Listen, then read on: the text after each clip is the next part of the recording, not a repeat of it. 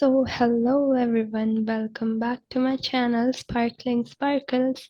I am Kanishka और यार आज हम जो पढ़ने जा रहे हैं वो है वैप, है ना। इसीलिए ही आए हो आप यहाँ पे वैप पढ़ने के लिए। वायरलेस एप्लीकेशन प्रोटोकॉल, यार ये काफ़ी इम्पोर्टेंट टॉपिक है जो यूनिवर्सिटी एग्जाम्स में आ ही जाता है। तो चलो देख लेते हैं, देर क्यों करनी। सबसे पहले वैप होता क्या है? Full form of WAP is our Wireless Application Protocol. तो डेफिनेशन अगर देखते हैं तो it is a set of protocols. सबसे पहले बात सेट ऑफ प्रोटोकॉल्स है which allows the data exchange for mobile cellular systems, या फिर और आराम से अगर हम समझे इस बात को तो it provides the access of internet to mobile devices. मतलब जो हमारी मोबाइल डिवाइसेस के अंदर जो भी इंटरनेट फैसिलिटीज़ हम यूज़ कर पा रहे होते हैं वो इसी वैप की वजह से, वायरलेस एप्लीकेशन प्रोटोकॉल की वजह से कर पा रहे हैं। देन हमारे पास क्या है, ये जो प्रोटोकॉल होता है ये नेटवर्क इंडिपेंडेंट है। मीन्स हमारे नेटवर्क के ऊपर डिपेंड नहीं करेगा। देन डिवाइस इंडिपेंडेंट भी है, तो काफ़ी ईजी हो जाता है इसको कॉन्फ़िगर करना हर एक चीज़। डिवाइस इंडिपेंडेंट का क्या मतलब कि ऑपरेटिंग सिस्टम्स पे डिपेंड नहीं कर रहा है ये, ठीक है। तो हम किसी भी मोबाइल डिवाइस के अंदर कनेक्शन ले पाते हैं इंटरनेट से इसी प्रोटोकॉल की वजह से। अब इसकी आ रही है जो कुछ एक डिसएडवांटेजेस हैं, जो कि क्या है, लेस बैंडविड्थ होती है इसकी, connection is not very stable connection provide नहीं करेगा ये, और range of the network is standard, ज़्यादा बड़ा नेटवर्क हम एस्टेब्लिश नहीं कर पाते हैं यूजिंग दिस प्रोटोकॉल। तो ये इसकी कुछ डिसएडवांटेजेस हैं जो आपको याद रखनी है, ठीक है। नेक्स्ट हम चलते हैं, इसका आर्किटेक्चर यार काफ़ी इंटरेस्टिंग भी है और आराम से हो जाएगा by the end of the video. I can ensure कि आप इसको अटेम्प्ट कर पाओगे इस क्वेश्चन को। अब देख लेते हैं इस आर्किटेक्चर को। ये क्या है, एप्लीकेशन लेयर है हमारी सबसे पहली। बेसिकली इसमें 5 ही लेयर्स हैं, ये देखो, ट्रांसपोर्ट लेयर तक 5 ही लेयर्स होती हैं। नेटवर्क लेयर जो होती है इसके अंदर क्या है, हमारी कुछ बियरर्स होते हैं, वायरलेस बियरर्स, विच मीन्स क्या, ये कुछ एक वायरलेस टेक्नोलॉजीज होती है। तुमने सुना भी होगा CDMA के बारे में, CSD, SMS, USSD, ये सब भी हमने पढ़ रखी है, राइट। तो ये इस लेयर के अंदर ये सारी टेक्नोलॉजीज यूज होती हैं, बट हम इसको क्या करते हैं कि यूज नहीं करते, मतलब इस लेयर को हम इस आर्किटेक्चर में कंसिडर नहीं करते। वही बात मैंने यहाँ पर लिख रखी है। तो इसके जो बेसिक जो 5 लेयर्स होती हैं वो यहीं तक होती है, ठीक है, ट्रांसपोर्ट लेयर तक। अच्छा, ये जो अब सारी लेयर्स होती है ना, इनके अंदर हर एक लेयर के अपना एक प्रोटोकॉल यूज कर रही होती है ये लेयर, ठीक है। सो बेसिकली कहने का मतलब ये है कि जो हमारी हर एक लेयर है वो अपना इंडिविजुअल वर्क कर रही होगी, और देन हम नेक्स्ट लेयर के ऊपर चलते हैं और उसका वर्क देखते हैं, ठीक है।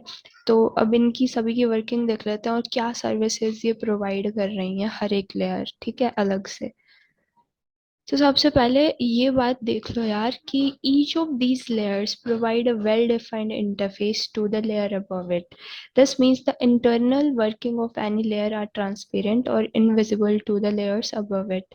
इसका मतलब क्या है इस लाइन का, कि जितनी भी हर एक जो लेयर है इसकी अपनी एक वर्क होगा, इसका अपना एक वर्क, जैसे मैंने बताया। और वो जो वर्क ये कर रही होगी ना, उसका जो इफेक्ट है वो दूसरी लेयर्स पे किसी पे नहीं पड़ रहा होगा, ठीक है।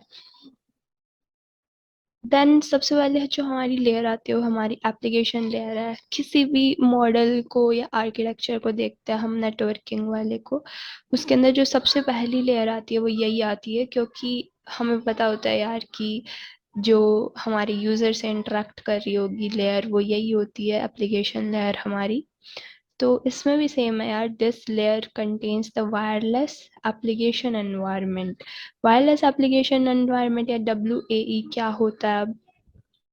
सो बेसिकली जो हमारा WAE होता है ये वायरलेस डिवाइसेस पे जो हम एप्लीकेशन यूज कर पा रहे होते हैं उसके लिए एक एनवायरनमेंट प्रोवाइड करता है, ठीक है।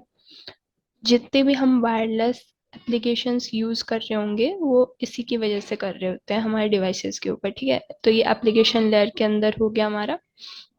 Then it contains mobile device specifications.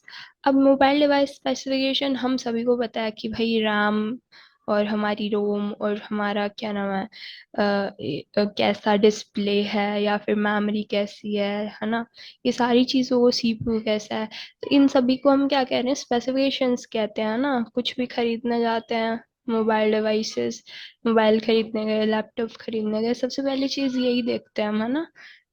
तो ये वाली चीजें भी क्या एप्लीकेशन लेयर में ही होती हैं। And then content development programming languages like WML।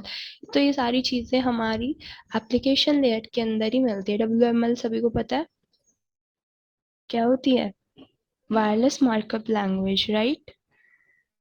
Next देखते हैं सेशन लेयर। सेशन लेयर कैसे क्यों यूज हो रही है, अब सेशन के बारे में सभी को पता है शायद, जानते हैं क्या होता है सेशन। सेशन हमारा जब भी हमारा एक क्लाइंट और सर्वर के बीच में जब कम्युनिकेशन एस्टैब्लिश हो जाती है, तो वो उस टाइम पीरियड को, मतलब जब तक वो कम्युनिकेट कर रहे हैं, उसको एक सेशन बोला जाता है, ठीक है। मींस हमारे सर्वर ने जो रिक्वेस्ट भेजी है उसका जो रिस्पॉन्स आता है हमारे पास, है ना, उस चीज को उस टाइम पीरियड को हम सेशन बोल रहे होते हैं। तो वो उस सेशन को कौन कंट्रोल कर रहा होता है, ये सेशन लेयर, ठीक है। एक बार इरेज कर दूं मैं, ज्यादा ही ड्राइंग बना दी है मैंने। हाँ जी, तो अब इसके अंदर कौन सा प्रोटोकॉल यूज हो रहा है, मैंने शुरू में ही बताया था कि हर एक जो लेयर होगी उसका अपना एक प्रोटोकॉल होगा। इसके अंदर जो हमारा सबसे पहला प्रोटोकॉल दिखा है हमको, वो है WSP, means wireless session protocol, ठीक है। वायरलेस सेशन प्रोटोकॉल किसमें, सेशन हैंडलिंग के अंदर काम आता है हमारा, ठीक है। जितनी भी हमारी रिक्वेस्ट और रिस्पॉन्स वाली जो फंक्शनिंग है वो सारी इसी प्रोटोकॉल से कनेक्टेड होती है और कंट्रोल होती है, ठीक है। इसके बाद जो सेशन लेयर होती है क्या करती है, it provides fast connection suspension and reconnection. अब इस वर्ड का क्या मतलब हो गया, सस्पेंशन मींस हम हमारा जो सेशन है वो टर्मिनेट हो रहा है, ठीक है। तो कितनी जल्दी हमारा टर्मिनेट होगा वो काफी इम्पोर्टेंस रखता है यार। ऐसा नहीं कि भाई बहुत देर तक वो टर्मिनेशन के अंदर ही टाइम लगा रहा है, तो ऐसा नहीं होना चाहिए। ऐसे ही रिकनेक्शन के अंदर भी ज्यादा टाइम नहीं लगना चाहिए। दोनों की जो स्पीड होती है ना, उसको भी क्या सेशन लेयर कंट्रोल करती है हमारी, ठीक है। Let me raise it again. हाँ, तो अब हमारी जो थर्ड लेयर है वो क्या है, transaction layer, okay. Transaction layer में हमारा कौन सा प्रोटोकॉल यूज हो रहा है भाई, वायरलेस ट्रांजैक्शन प्रोटोकॉल। ये यार ये काफी एक इम्पॉर्टेंट प्रोटोकॉल है इसके अंदर। और आपको शायद जो आपको सिलेबस मिला उसके अंदर अलग से लिखा पाएगा ये कि वायरलेस ट्रांजैक्शन प्रोटोकॉल। तो ये भी काफी बार आ जाता है हमारे एग्जाम्स के अंदर, काफी बड़ा सारा टॉपिक होता है, इसके लिए अलग वीडियो बनानी पड़ेगी मुझे। बट अभी फिलहाल के लिए देख लेते क्या होता है। अब ट्रांजैक्शन लेयर है तो तुम्हें नाम से पता लग रहा होगा कि कुछ ना कुछ ट्रांजैक्शन से रिलेटेड करेगी भाई ये। हमारा ट्रांजैक्शन क्या होता है अब, तो यार ट्रांजैक्शन को हम एक एग्जांपल से समझते हैं कि मान लो तुम्हें क्या करना है, एक मोबाइल के लिए ऑनलाइन ऑर्डर प्लेस करना है, ठीक है। तो तुम क्या करोगे, सबसे पहले उस साइट पे जाओगे, किसी पे भी, फ्लिपकार्ट, अमेजोन या बेसिकली जो भी तुम यूज कर रहे हो उस एप्लीकेशन पे जाओगे और तुम देखोगे कि क्या वो जो तुम्हें मोबाइल सेट चाहिए वो अवेलेबल है, यानी कि आइटम की अवेलेबिलिटी तुमने चेक की। देन तुमने ऑर्डर प्लेस किया, है ना, सारी फॉर्मेलिटीज के बाद। देन क्या किया, कंफर्म किया ऑर्डर को कि वो हो गया है, यानी ऑर्डर प्लेस हो गया, यानी इन द सिमिलर वे जो कंपनी होगी वो भी देखेगी कि भाई यहाँ पे से मेरे पास एक ऑर्डर आया हमारे पास, और एक ऑर्डर प्लेस हुआ है। फिर वो बताएंगे कि भाई तुम्हें मान लो शिपमेंट टाइम बता दिया कि इतने टाइम बाद तुम्हारा ऑर्डर प्लेस किया हुआ तुम्हारे पास पहुंच जाएगा, और तुमने कौन सी मतलब पेमेंट किया, पेमेंट ऑप्शन क्या यूज किया। तो बेसिकली ये सारे कुछ एक स्टेप्स हैं कि तुम्हारा मोबाइल तुम तक कैसे पहुंच रहा है, ठीक है। अब इनमें से एक भी स्टेप अगर मिस हुआ तो तुम्हारी क्या जो ट्रांजैक्शन होगी वो कंप्लीट हो पाएगी? Answer is no.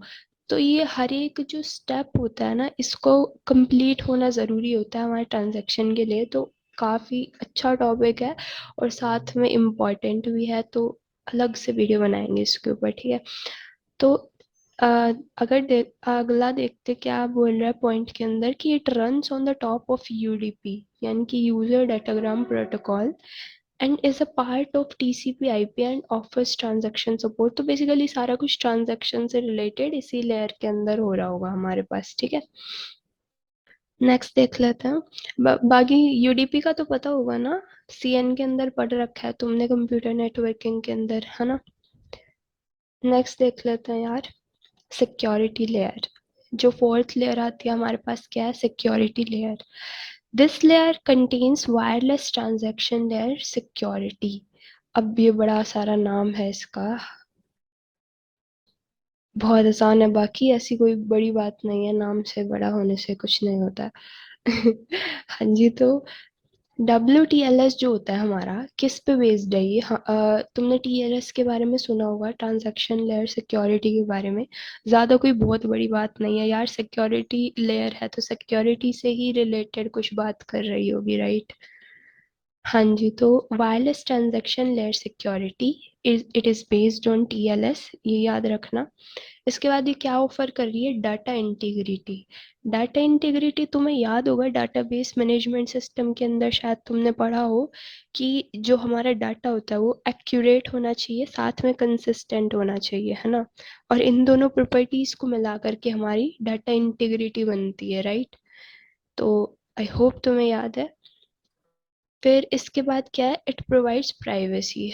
प्राइवेसी को तो मुझे शायद डिफाइन करने की जरूरत भी ना पड़ेगी, तो तुम सभी काफी इंटेलिजेंट हो इस चीज को लेके, राइट। And authentication. ऑथेंटिकेशन क्या होती है अब हमारी? The process of identifying someone. अब जब हम पासवर्ड्स भरते हैं, ठीक है, कोई एप्लीकेशन को यूज करने के लिए, ये वाली जो प्रोसेस कहलाती है वो हमारी ऑथेंटिकेशन प्रोसेस कहलाती है। अब हम ये क्यों कर रहे होते हैं? सिक्योरिटी पर्पस के लिए, ऑब्वियसली हम सभी जानते हैं, है ना। तो एक बार जब कोई इंसान उस एप्लीकेशन को यूज करने के लिए ऑथेंटिकेट हो जाता है, कैसे ऑथेंटिकेट हो रहा है? या तो कुछ बायोमेट्रिक यूज किया होगा हमने सिक्योरिटी के लिए, या फिर पासवर्ड लगा रखा होगा, है ना। तो ऑथेंटिकेशन समझ गए हो तुम। नेक्स्ट चलते हैं ट्रांसपोर्ट लेयर के ऊपर। तो यार जो ट्रांसपोर्ट लेयर होती है, अब इसका क्या काम होगा कि this layer contains wireless datagram protocol, यानी कि WDP। सुनो तुम, एक काम करना, सभी प्रोटोकॉल्स को अच्छे से रट के जाना इनमें से, ठीक है। क्योंकि यार ये जो आर्किटेक्चर है ना, इसके अंदर ये जो प्रोटोकॉल्स हैं यही एक तरीके से मायने रखते हैं, तुम्हें ये तो लिखने ही पड़ेंगे जब इनको डिफाइन करते हो। तो यार ये जो हमारा वायरलेस डाटाग्राम प्रोटोकॉल है, ये हमारा क्या करेगा अब? Let me raise first. हाँ। तो ये हमको सोर्स और डेस्टिनेशन के पोर्ट नंबर्स प्रोवाइड करता है। अब हमें, क्योंकि ट्रांसपोर्ट लेयर है ये, तो ऑब्वियसली हम किसी चीज के ट्रांसपोर्टेशन के ही बारे में बात कर रहे होंगे यहाँ पे, है ना। और किस चीज का ट्रांसपोर्ट हो रहा है? डाटाग्राम का। ओके।